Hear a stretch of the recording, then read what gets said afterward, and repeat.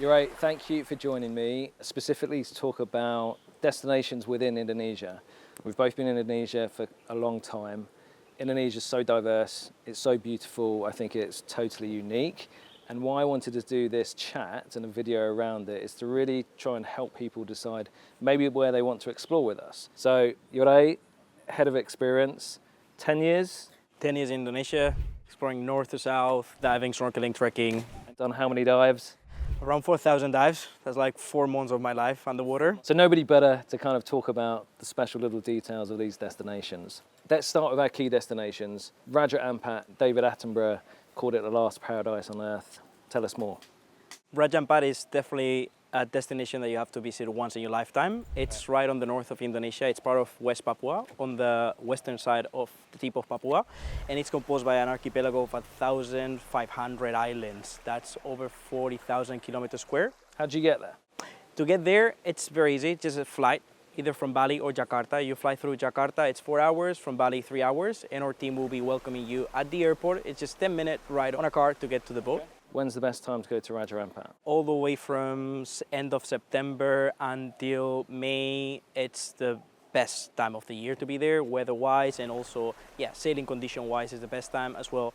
How long should someone plan to be, to really experience it? What's the perfect kind of itinerary? I would say 7 nights is a good start to get a feel of Raja Ampat. However, you could expand it all the way to 2 weeks. It's such a big area that we'd like to concentrate the highlights and 7 nights, but definitely if you've got a few more spare nights, I would say 10 nights will be great. Or 2 weeks, 3 weeks, keep it going, I'm see it all. off. Yeah, exactly. Raja Ampat has 1,800 species of fish.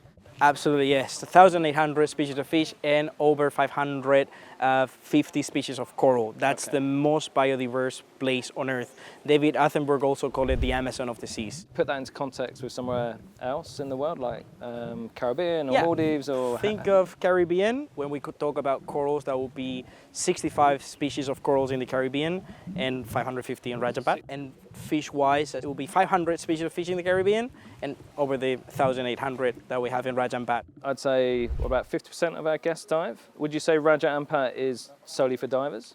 No, I would say the reefs in Raja Ampat are so healthy and they are everywhere that snorkeling, it's probably one of the best things to do. Yeah. You will get amazing dives, don't get me wrong, everybody knows it, it's like a mecca for diving, but I particularly enjoy the snorkels because the reef is pretty much reaching the surface. Also, apart from the diving, there's so many other things to see and do. We got these limestone islands covered with jungle, these beautiful crystal clear blue lagoons. We also have perfect conditions for water sport outside of the park, like wakeboarding. As a father of 3 young kids, really trying to get them into conservation, but listening to the dad, it's not so interesting. But we did a really cool experience. Maybe you can just elaborate on that in specifically Raja Ampat and one of our partnerships there. That's right. So through our partnership with the Sea People, we are able to engage in actually restoring corals. Alongside our in-house marine biologist, which is also a voyage manager, they'll be able to engage and actually plant corals in Raja Ampat. So there are amazing stories there. Yeah, superb. We could talk about Raja Ampat forever, but let's talk about probably its more famous brother, the Komodo National Park. We talked about you can go to Indonesia 365 days of the year. Komodo is pretty much the inverse of Raja, right? Correct. Season-wise will be the opposite. So actually May all the way to October you can stretch it. Komodo you can visit all year round, but that's the dry season. How'd you get there?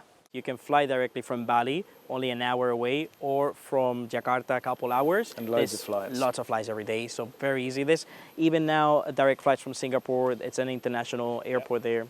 And duration? I would say 5 nights is a good length to get all the highlights. But again, you can extend as much as you want. I would say if to stay in Komodo only 5 to 7 nights, sort of hit the spot. But if you want to keep extending, we also have the Ring of Fire where you will continue your route after Komodo towards Sumbawa and see the whale sharks. Maybe we can talk about that later.